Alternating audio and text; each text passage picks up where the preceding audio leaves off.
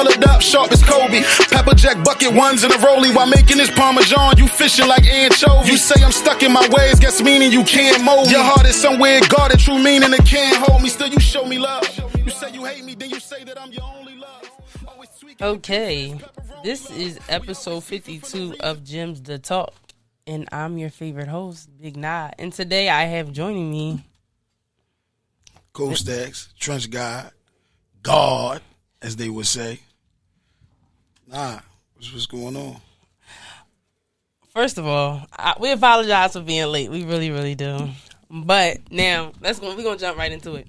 So Dirk and India are not together, but he posted her on Valentine's Day, and then she went on a trip, and then he took to social media to say that nobody better be in her DMs or in her comments because he's going to break their jaws. And then he wrote like a whole paragraph after that, basically just saying that he's admitting to fucking up. He's admitting to not hearing her, understanding her, valuing her, and that although she's fed up, he's going to fix it. Do you feel like that's too much for the internet? Me personally, no. I'm going to say step one, accountability. He's noticed what he did wrong. He's taking the time to correct it.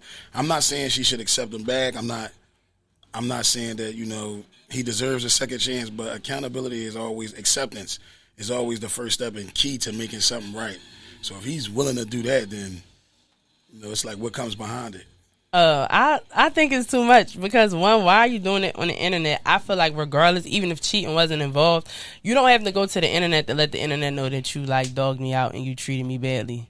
True, but that might be the only form of communication right now. She might not be answering. She might not see what's going on, DMs, phone calls. I mean, I'm sure he could probably reach out to other people, but that might be a form of communication. No, because then I feel like it's, all right, I'm already mad at you, but now I'm embarrassed because you basically just put the world in my business and then they know I was putting up with a nut-ass nigga.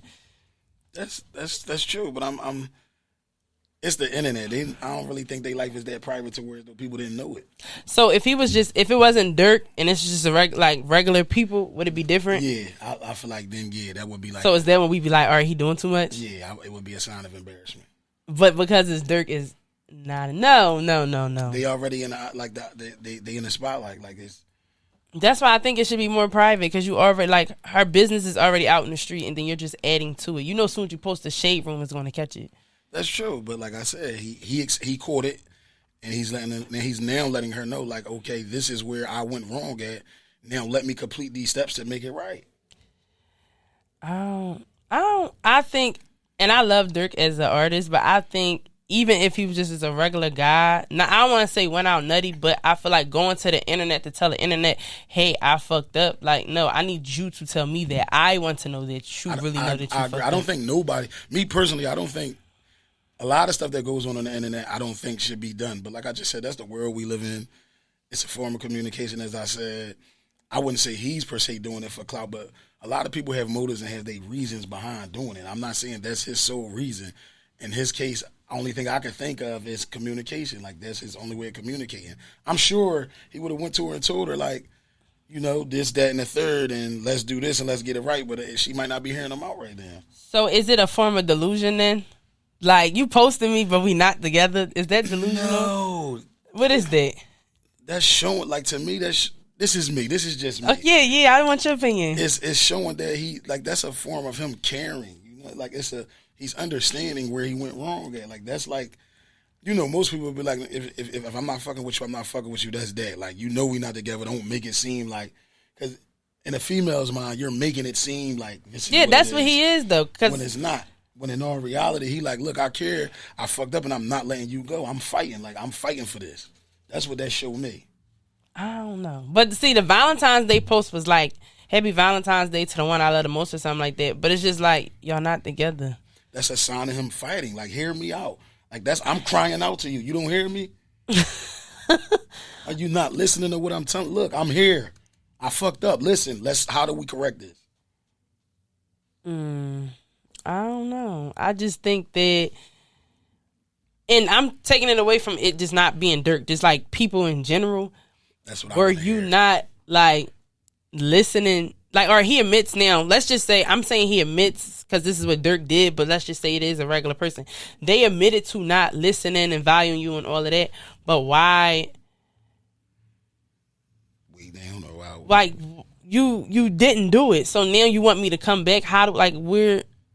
I don't necessarily think he's saying come back. He said he's going to fix this. Like, they're going to be together. I'm not letting you go. He says she's signed to death row, but I just don't understand where it's like, why would I want to be signed to a place that does not value and respect me?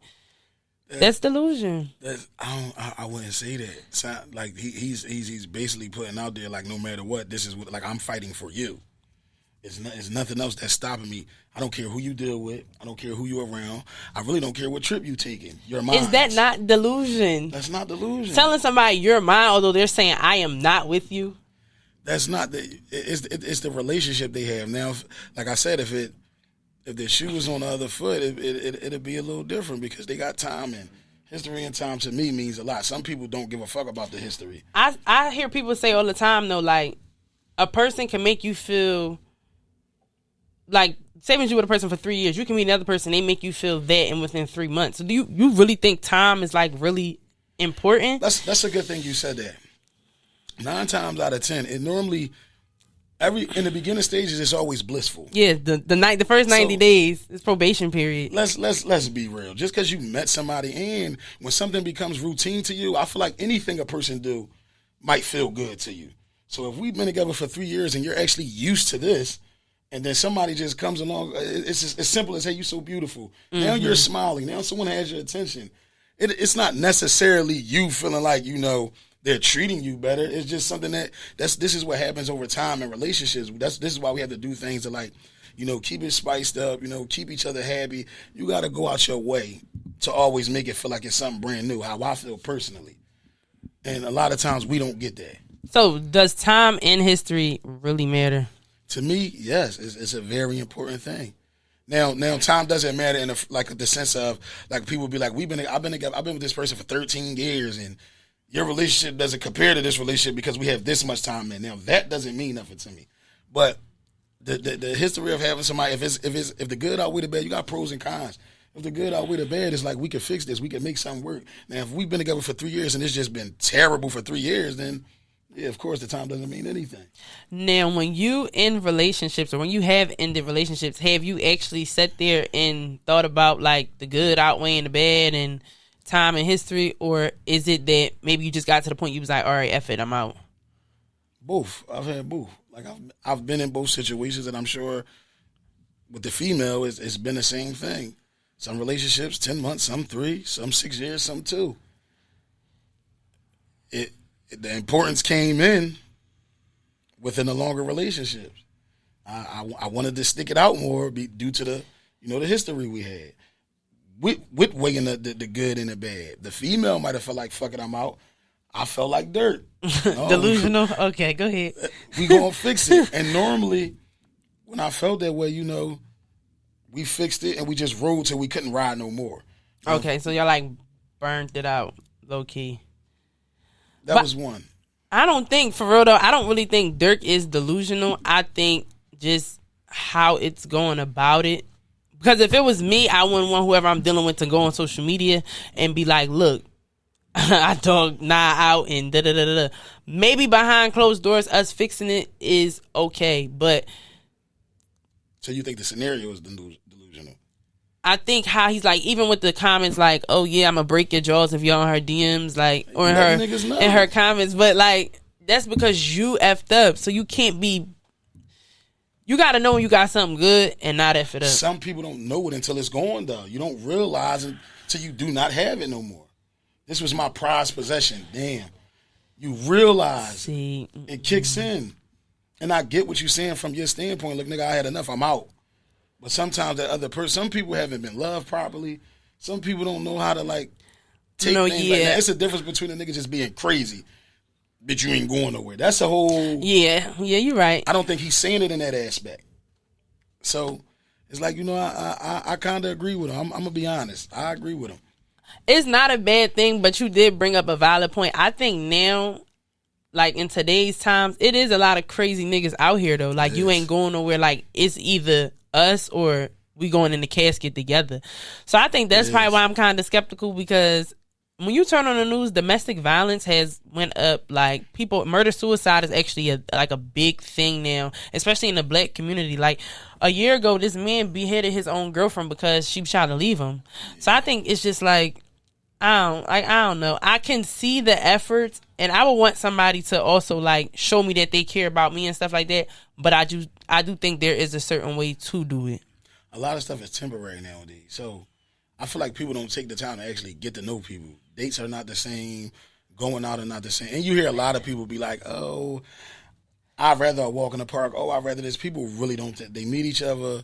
9 times out of 10, it's through the socials, or it's in a setting like a club or a bar. It's never really a setting where you have a chance to get to know a person. Then y'all texting, y'all talking, a few days before you know what y'all fucking, and after that, the relationship comes. So people don't really get the time to know if a person is crazy or not.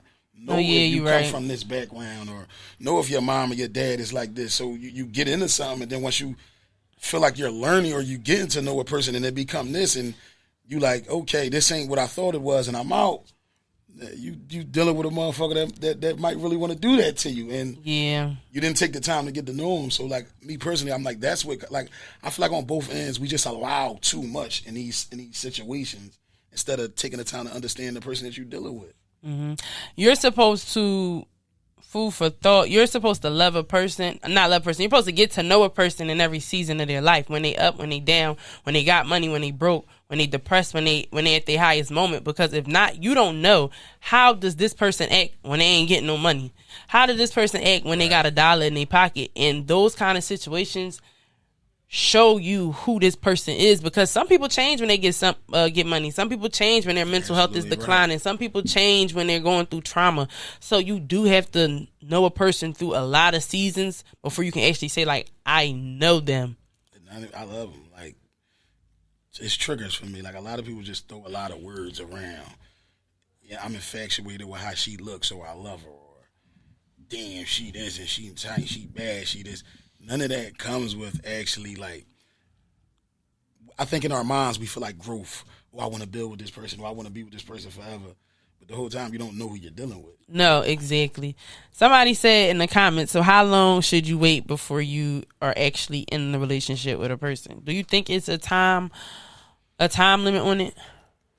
No, I think it's a time limit on, like, having them around. I don't think it's a time limit, because you can't wait. You have to go off instinct. You have to go, and like I said, it's the more comfortability. You can lay with a person for 20 years and not know who they are. Absolutely. So it doesn't really have nothing to do with the time. Is you getting to know the person, and actually, like I said, knowing that person, knowing their triggers, like you said, the sticking around for the seasons, the ups and the certain things will show you directly who a person is. Mentally, with our hearts, thinking a certain way, it's like that's not who that person is. When in all reality, it's laid flat out. Yeah. We got to stop ignoring those signs. And like I said, we got to stop accepting and allowing certain things. I think that there's a time, but within the first 3 months, he or she should not be your person, because that's your honeymoon phase. At this point, they're throwing out their best stuff to you because they're trying to trick you. Like, nobody is crazy in the first 90 days. Then on day 91, you like, oh, okay, he really a nut, or she really don't have it all together, or she's really a bum. But you put out your best work your first 3 months. And then after that, people can't, psychologists state that people can't pretend after 3 months, like with anything. So that's why it's so hard to keep a lie going after you tell one and another. So I think that's the only time constraint I would say. Like, when you first meet a person, I never trusted any man that was like, oh, you my girl within the first 3 months. Like, what do you mean? How am I your girl? You don't even know me. You don't trust them? No, that's like really weird, because that shows me, though, you probably go around and tell everybody that they're your girl first when you first meet them. That could be true, but why wouldn't you trust it? You have to start off with trusting somebody. Nah, it's certain things. Pay attention to the signs, and I'll be like, nah, I'm cool. I respect that. Yeah, like, it's certain things in the beginning that people will do, and I'll be like, oh, all right, he's actually, like, something might be wrong with him. I'm cool off of him. Right. Because I'd rather dead a situation while we, like, fresh and starting than wait a year, 2 years, and then now you really delusional saying, I'm not going nowhere. Nah, we not on it. That make a lot of sense. I definitely agree with you. Like, it ain't too much I can say about that. Yeah, that makes sense. Yeah, I feel think like it's people just lie though from the big. Like, I feel like to even interact with certain people in this day and age, like everything's a lie. Like you have to lie. It's made up. Like everybody lives this fabricated lifestyle, and it's just like, nah, that's not really who you are, but it just sounds good. They're storytellers. It sounds good to tell story.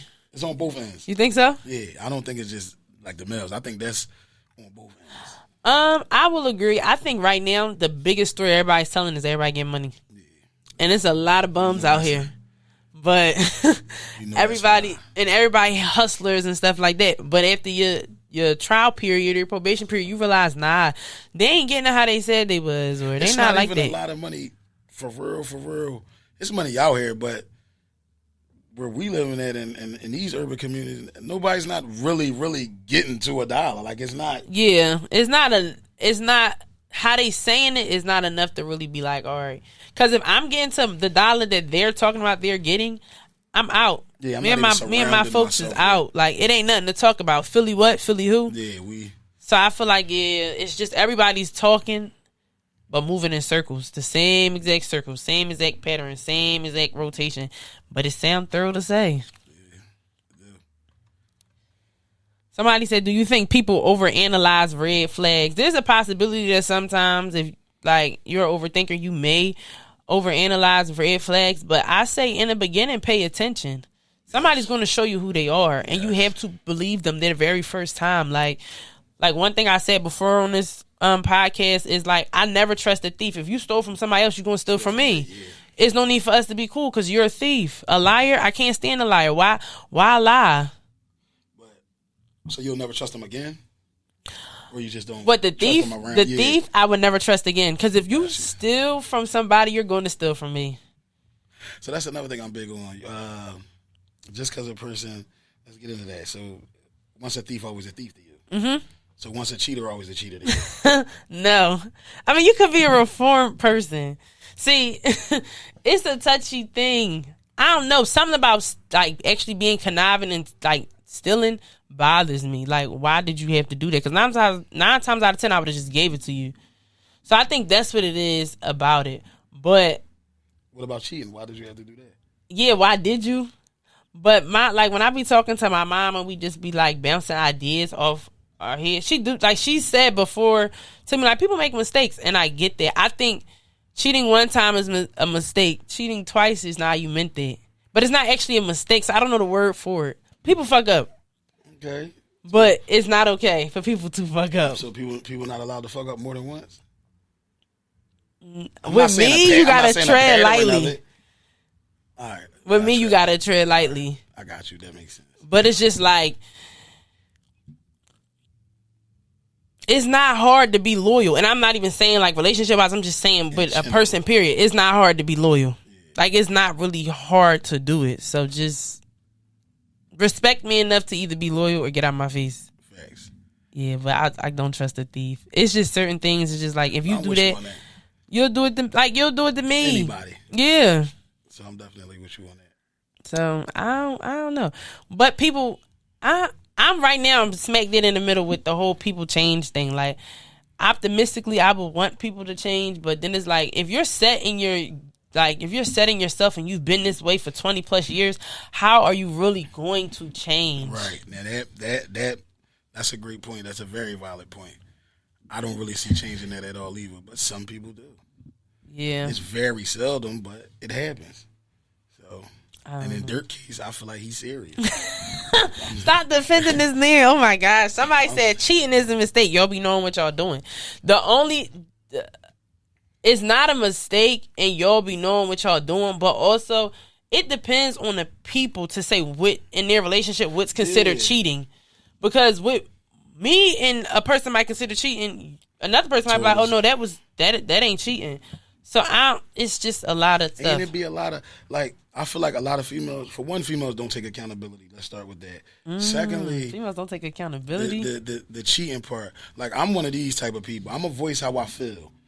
If you're not picking up on what I'm putting down, I'm not going to keep repeating myself. That's me. So it's like, tighten it up, let's get it together, or I'm going to do me. But now, why are you going to do you and walk away and then do you, or are you going to do you, and it then depends on the person. See, that's foul. Just walk away. Sometimes some people walk. I've been in situations where I've walked away and the woman is still like, no. What? No. Wait, she's saying no to what? No, she's not changing, or no, you're not leaving. You're not leaving. Okay, so she's delusional. You signed She a death fighting. row. And I'm not gonna lie, in certain situations I've been in it to where as though it's like I really don't want to leave you. I want you to get your shit together. Yeah, I feel you. It's like you be seeing. The thing is, you gotta see potential, but you can't let you seeing potential make you look like a fool neither, though. Like, I see potential for you to be this great person and blossom into something beautiful, but I can't be naive neither. If you ain't gonna get it together, I do have to. What? Nah, yeah. I mean, I'm throwing it out there. No, that's not okay. That's really not cool. Sometimes that's what it takes for a person to understand. Like I just said, you don't understand it until you lose it. That's not Sometimes losing it, though. That's disrespect. Cheating is equivalent to being disrespectful, though. I do want to put that out there. Cheating is very disrespectful. That's like talking behind somebody back that's supposed to be your folks. Like, it's really out of pocket. Females do it all the time. Men do it all the time. But it's, like I said, it's what you allow and it's what you accept. And Yeah, you are right. into... Set boundaries, folks. If you set boundaries, then you don't have these problems. But let's change gears. Okay. Question for you. Can you be a great father to multiple kids in different households? Hell yeah. I'm doing that now. How many kids do you have? 2. I'm only 2 in. That's it. I got my boy and a girl. 2? But is 2 really a lot? It's not, but some people can't take care of 1.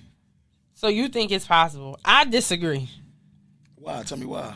Because I come from my dad having 8 children, and I feel like that's the real reason why my dad cannot be the best father he could have been, was because we were all literally in different households. They don't really. My mom got 8, my dad got 4. And do you feel like your parents, your dad was like, he spent time with all 4 of you equally? Me personally, yes, because I'm family oriented on both sides. Like, it's a lot of bullshit with the families and within. I'm not gonna say things and problems didn't occur with the women that my father dealt with, but as far as like my dad was always like, and he was like on the road, always outgoing, drank. He do him, but when it comes to his kids and spending that time, he like makes that's time. Yeah, like. So is it like the saying, people make time for what they want to make time for? Pretty much. So there's no excuse? To me personally, no. And the guys I surround myself with now, like just back on Top Boy Records, the men I surround myself with, they are all some fathers, and they all, even the ones that keep their kids away. It's like, it's no complaining. We fight to the end, and you make it happen. We get them kids, we're calling each other. Yo, you got your kids, you got your kids. We scheduling the play dates. We not talking to their moms about none of this. Look, go get your son. Go take, if you can't do it, you cannot be around us. But a lot of, and it's, you like 1 in a million, or you and your group are 1 in a million, because a lot of guys or men don't do that, though. Like, I agree. That's why I think that the deadbeat dad population is so high, because even as far as that, nobody holds these deadbeats accountable. Like, the homies, the friends, even the moms to the deadbeats that raised the son that became a deadbeat dad. You don't check your son. Like, that's your grandchildren. And I honestly think that it has a lot to do with emotion and people not being able to be like mature. You to actually have that type of setting or be that type of father, I feel like it has to be a line of boundaries set and just 2 adults being mature. Some men won't do it because they can't be with the woman. Some women are bitter because they can't be with the man and they won't allow the child to see the father or be around his other siblings. I'm to where as though it's like this. Like, neither one of my kids' mom deal with each other, but I always try to make it like, look, something can happen to me today or tomorrow. I need y'all to be in contact with each other. I need y'all to keep them around each other. But for now, in the time being, I'm not forcing it. They're my children. So when I get one, I get the other one. When I have this one, I have that one. When I'm going to go do this with bro kids, my kids are coming. When his kids are doing something, we just including them together. We keeping them around each other, because I feel like that's like coming up with me. That's all I had was my brothers and my sisters and my cousins. A lot of kids now was like, that's like missing from the household. So it's the family dynamic. Yeah.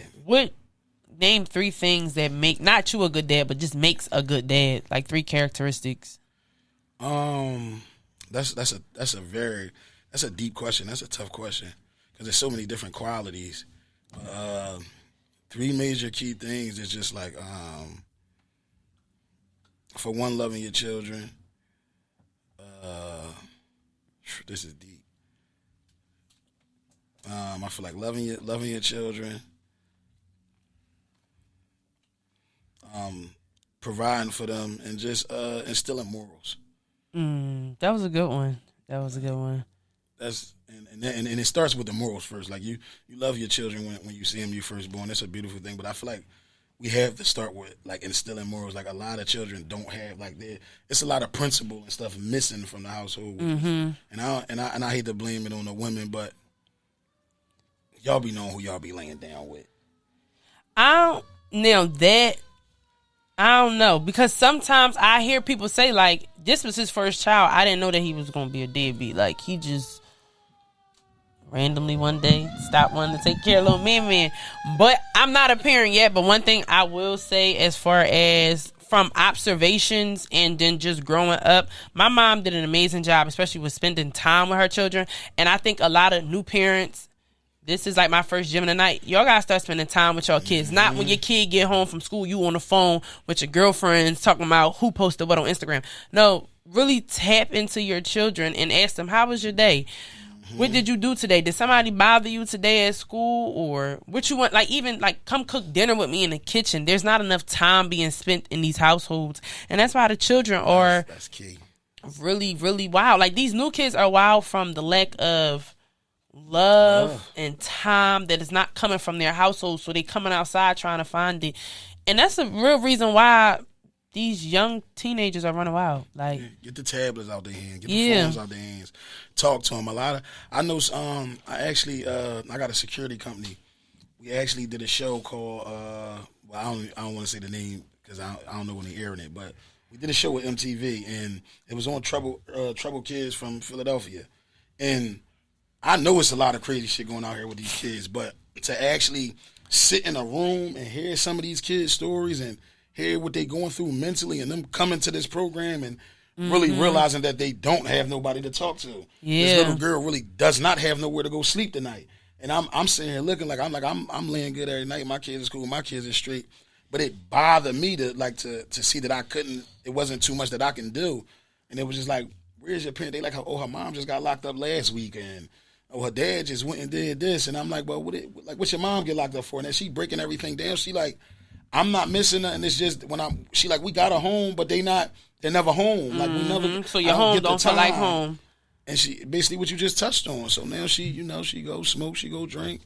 Yeah, you become what your environment instills in you. Some people say we either learn from our parents or we learn what not to do from our parents. So what is something that you learned from your parents?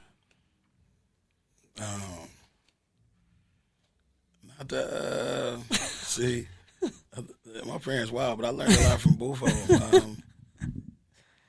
I don't know. See, like, my mom's a nurturer, so I can say, like, I learned that at her. Like, a lot of people I'm around or females I deal with, they always like, you get in your bag when you want to, but you know how to treat women. You know how to make women feel secure. So I can say that's something that I gained from my mom. As far as my dad, is just all around how to be a man. And I keep it like flat. Like I had a stepdad and a dad. So I'm not going, like, decisions I made was like on my own. Like, gelling and ripping and running, they were all decisions I chose to make. I ain't gonna say the household was perfect, because it wasn't, but I had that setting and that foundation, whereas though I had two men in my life that were willing to do right by me, to make sure I had an okay or a good upbringing. You see what I'm saying? Okay, that's not, yeah. So, and a lot of people lack that. A lot of people don't have it. So you gotta understand. I think that, and that's, like, a lot of my homies don't got dads, but like I said, they excellent fathers. Yeah, sometimes you learn how to be a great parent from what your parents did, and you like, I will vow not to do that. And that's normally mainly what, you know what I'm saying, what they say. Shout out to my bro, Will, man. Boy's like a stand-up dude. Like, and it's like this for his family. Like, it ain't just for his kids, like his brothers, his sisters, his mom. Since I've known Bull and been around him, like, he's always been, and his dad wasn't around. You see what I'm saying? Mom missed games. Love her to death, he's still there. And to me, it elevates him every time. It puts him in a different and better position. No matter what the fight or the struggle is, he comes out on top. But A1 man, I feel like if you surround yourself with them type of people, you only become that. Yeah. So, and that's great that you said that, because my gem of the night was going to be, you do have, Like, you gotta get rid of anybody who is not on the same level as you. And it sounds horrible, and it sounds like you're not supposed to, but at some point, if you're leveling up and somebody is just constantly in that same exact spot, like, they have to leave. Like, that's baggage that you do not need to bring to uplift yourself. So right now, even at the stage in my life where I am, everybody around me got to be on what I'm on. If not, you got to go. Facts. Like, we just can't. Like, it's just certain things that we not doing no more as grown-ups. So what are you willing to accept and not accept as an adult?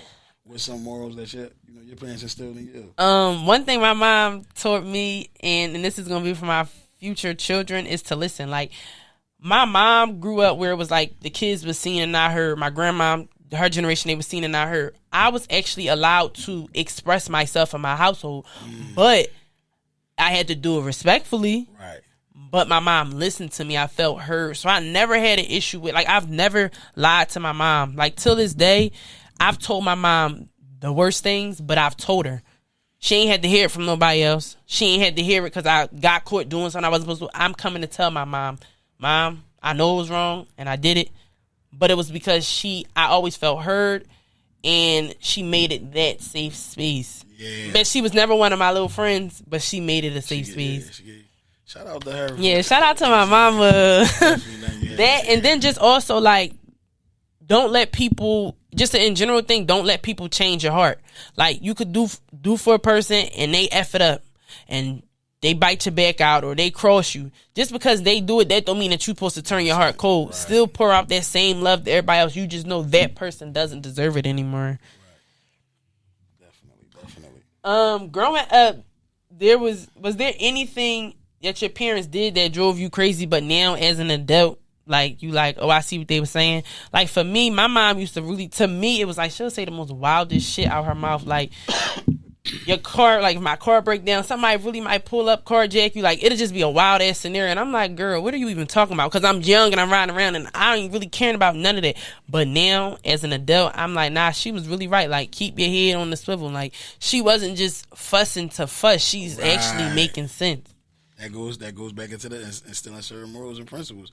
It was like that with my mom. Like, that's the same. Like, my mom would say shit like that. Like, you go outside and go to school and come straight back home. And they would say, like, man, this bitch, I'm not coming straight back home. I'll be alone half an hour. I wouldn't say it to her, but it was like, and then, after doing it a couple of times or being disobedient, it was like, you gonna get your head blown off or something gonna happen to you and shit like that. As a child, I was like, why the fuck would you want that? Yeah, because as a child, you think you're invincible. And I found, I mean, my daughter only 7, so it ain't like she outside or nothing, but times are even crazier than it was when I was coming up. So now that's just it's like, damn, mom wasn't doing no wrong. Yeah, she was actually making sense. My brother's 15. He want to be outside now. He want to be in the mix. And I be explaining it to him. And nowadays the kids, like, the parenting has changed. Like, my mom would just fuck us up. Or my mom could look at me a certain way and I was terrified. You know not to play with her. Them, it's like, oh, no, let him. And it's like, come on, mom. Tighten up. Look, they show them this, teach them this. Oh, well, you the big brother, you just talk to them. Talking not going to work because they really want to be outside. Yeah. And her thing of allowing it, like I said, it goes back to acceptance and allowing certain things is what you allow. I wouldn't say she's not a good parent anymore. I just understood. I feel like it's time for us to step up now. You see what I'm saying? Like, she, like you just said, she wasn't doing a fussing and fighting and screaming and hollering for nothing. She instilled that in us for a reason. So it's like, she getting a little older now. It's time for us to take care of it and handle business. It might not be done in the form that she did it, but, I get it now. Yeah. But before we go, that is an important thing, and a lot of people don't understand it. It is like a thing where you pass the baton on. So when you officially become like old head status, and old head don't mean age, it really is like wisdom. Mentality. You have to give it to the generation underneath you. Like, and they don't. A lot of the old heads. They don't. And this is the reason why the world is going crazy, because they old heads failed them. But for real, they old heads corny. That's probably why they couldn't give game. But that's your job. Like, all of my little cousins that's underneath me, I'm putting them on game because somebody gave me game. So now it's my job to give you the game. But I don't think, like, it still take a village. They don't make them like us no more. So I don't know. But it does take a village. It does take a village. I think people have lost that mindset. Like, it is Now it's just like it's like every man for freelance. themselves. Yeah, dude. It still takes a village, man. If you got a good support system with kids, mothers, fathers, families, like I said, help out. Whether it's around the house, whether it's with school, whether it's with teaching the children something, whether it's getting them outside, whether it's showing them something different. If you have that time, I don't give a fuck if it's 10 to 20 minutes a day. If you can sit and talk to them, or like she said, being heard means a whole lot. And a lot of the kids are not being heard today. So if you just got a little bit of time, I feel like go ahead and get a game and hear what's actually being said. Like, give them a voice and allow them to be comfortable, whereas though they can express themselves. So we can make this shit a little bit better. It ain't gonna happen overnight. Like we far from it. We already doomed. But like I said, it starts with one person, man. Definitely start with one person. Well, I don't even think we got to drop a gym because that was enough. Unless you want to give some more free game before we get out of here. Oh man, I just like I feel like you touched on some very powerful topics tonight. Thank you. And yeah, I feel like that gym was well heard. Oh, before we get out of here, promote your stuff. Oh yeah, man, they know what's going on, man. Big Trench Guy, God. I'm saying, back on Top Boy Records. Y'all see what we doing. Trench World, the album, is out right now, streaming on all digital platforms. The hit single, Cold Hearted Good Intentions, we are pushing that right now. We got Shining, and we got 10 p.m. Video on the way too, man. So we just working right now. We got a lot of things in effect. Period. BOTB Friends and Friends show coming back up soon, man. So y'all tuned in. And make sure y'all stay tapped into the gym. Oh, thanks. Make sure y'all are tapped all the way in. Anybody watching this, anybody seeing this going on right now, tap into this. What's this? What you want? Every other Wednesday. Every other Wednesday? Yeah. Stay tapped in every other Wednesday, man. Don't let this be the last time y'all watch this live. I'm saying she going up. Thanks. Every other Wednesday, 7 p.m. I'm your host, Big Nye, and this is episode 52 of Gemz to Talk, and we out.